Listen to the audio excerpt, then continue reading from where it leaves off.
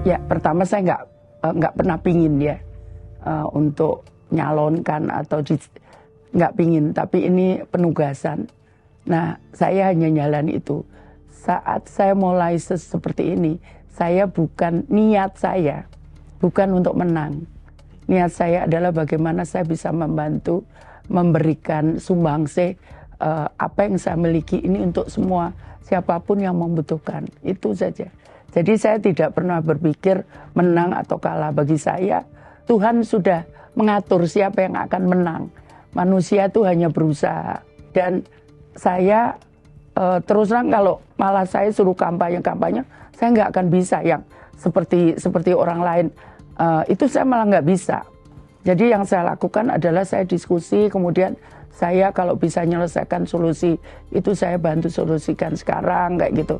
Tapi kalau nggak bisa, ya nanti saya sampaikan, nanti saya akan kerjakan saat saya terpilih, begitu.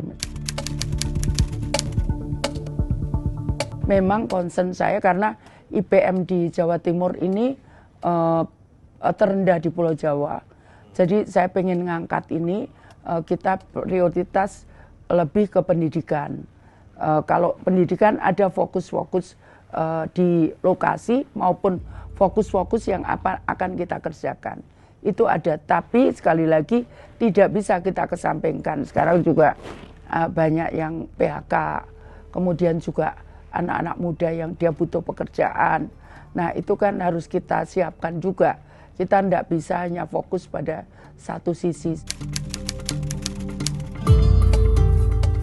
Jadi nanti kita karena ada ketimpangan gitu sekolah, kita akan coba angkat misalkan kayak pesantren, kayak madrasah, itu kita akan bantu supaya nanti minimal bisa setara, baik fasilitas sarana prasarananya maupun untuk biaya operasional mereka untuk pendidikan supaya mereka tidak tertinggal. Di samping itu juga perhatian pada guru-guru yang selama ini mengajar supaya mereka bisa lebih konsentrasi untuk mengangkat kehidupan anak bangsa ini.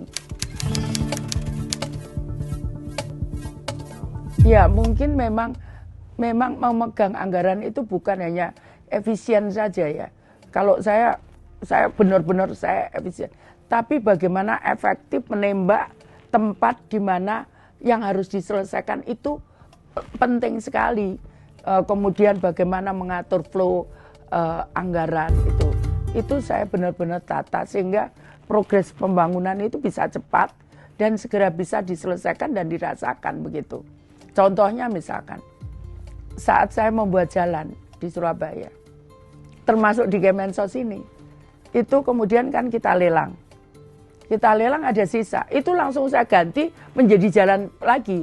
Jadi target awal misalkan 100 meter, bisa mungkin nambah 120 meter. Sehingga misalkan rencana 4 tahun bisa jadi 3 tahun. Karena itu kemudian kita lakukan tadi. Nah kemudian nembaknya juga harus pas. Jadi misalkan efektivitas gitu. Sekarang angka putus sekolahnya tinggi untuk SMA, SMK.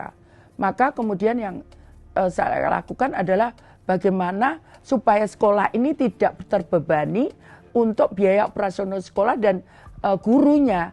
Maka itu harus disupport dari APBD sehingga siapapun dia, anak itu entah miskin, entah itu dia bisa bersekolah tanpa harus terbebani biaya sehingga akan memutus mata rantai anak putus sekolah gitu.